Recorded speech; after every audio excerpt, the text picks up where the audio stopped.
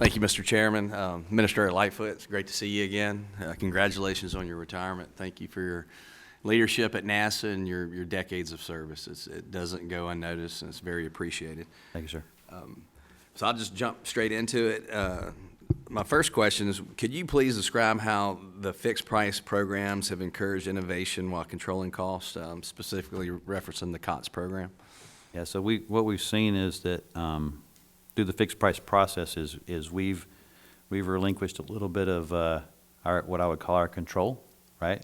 But we've also learned from those programs. Those folks have come in with new ideas and new ways to approach what they're doing for us from a delivery of hardware.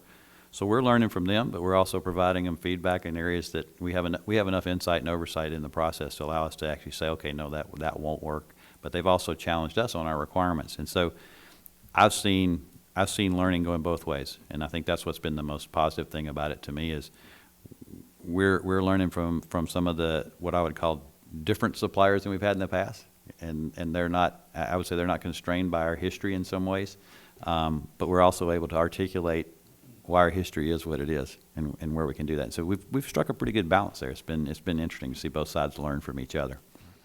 I assume NASA found it essential to pursue other ways of having, because with the limitation of funds and NASA's flat and stable budget, you had to, and we want to focus on deep space and going further and deeper. That this was just a natural ascension for commercial companies to come into low Earth orbit.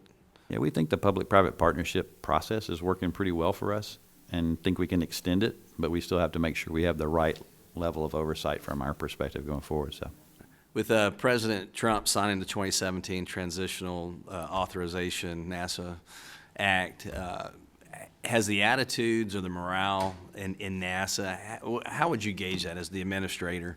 Because I kind of feel like the 7 years I've been involved in NASA, it seems like when there was no mission, no roadmap, it was like, where are we going? It just didn't seem like there was a lot of motivation. And can you tell me now that there is a roadmap, we're putting funding, into the systems, what your thoughts are? What are you seeing? Yeah, I think what I've seen probably the biggest impact on that, Congressman, is that the National Space Council and the Vice President's engagement, obviously the President's engagement, but the Vice President's engagement has been tremendous boost to our teams. He's been to 4 of our centers, or 3 of our centers, but 1 of them twice since he's been on board. He gave us NASA the action to do the 45-day study on the lunar plans, and that's what's codified in this budget.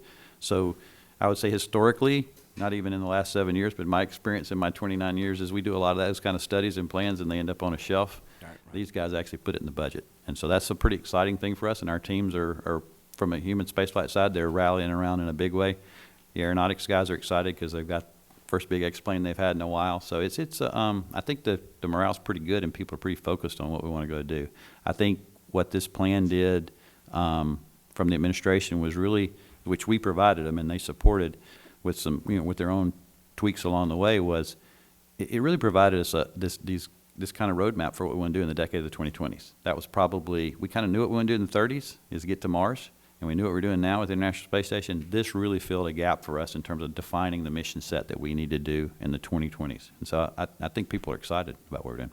Yeah, that's good. That's fantastic. I've been reading in the news this week where there seems to be a lot of articles talking about there's probably going to be some form of war in space in the future. And we're constantly struggling, and having a defense background, form of being on the Armed Services Committee, and career reservist and guardsmen, we know there's near peer competitors are challenging us, Russia, China, others.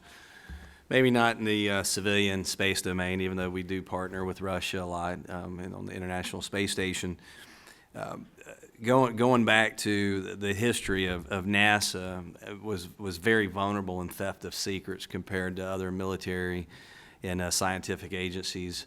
There was 2015 Langley, Chinese, someone was sponsored that, and he had access to a laptop. There was the network hacking that we thought the Russians and Chinese were involved in. And so this is, the absolute theft of our information on satellites, rocket engines, our space systems.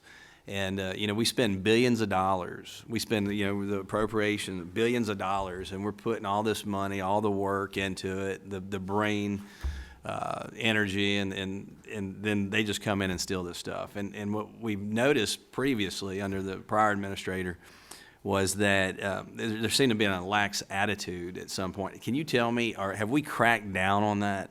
Is the scientists and the NASA employees, are they taking this seriously? That we can't let laptops walk out of the buildings in Ames or Langley and places like that. Yeah, I think we've had a pretty good campaign internal to the agency about those threats and about the protection of that. When the situation occurred in 2015, we brought in NAPA to do an assessment for us on our Foreign National Access Program, for instance, and we learned a lot from that. And we're still implementing some of those recommendations. It was like you had to. It was kind of sequential. You couldn't do them all at once. So you had to get this done, then you could do that. And we're about done meeting all those, and we've met all the milestones required. In the cyber world, our teams are working really hard. Our CIO, we actually increased the budget for that this year in our 2019 submit to try to help make sure we've got all the tools in place we need to know when we have the potential releases. The challenge, honestly, for us is culturally. In 1958, we were stood up as a wide open, share everything organization. If you read the Space Act, it's supposed to be civilian and share. And so we've had a lot of progress in that area because we had to, right? When 1958, nobody thought this was the kind of thing we'd be dealing with. But yeah, we've had a lot of progress there, and I think our CIO is making great progress. I've also stood up what's called an enterprise protection program inside the agency, which looks at ground systems, the integration of ground systems, flight systems, and the potential threats to those, so that we have a way of managing, and we work with other government agencies to understand the threats that we might not know because we're a civilian agency, but we work very closely with other agencies to understand threats to our systems here on the ground, but also in space and in the air. Thank you, Administrator. Thank you, Mr. Chairman. I yield back.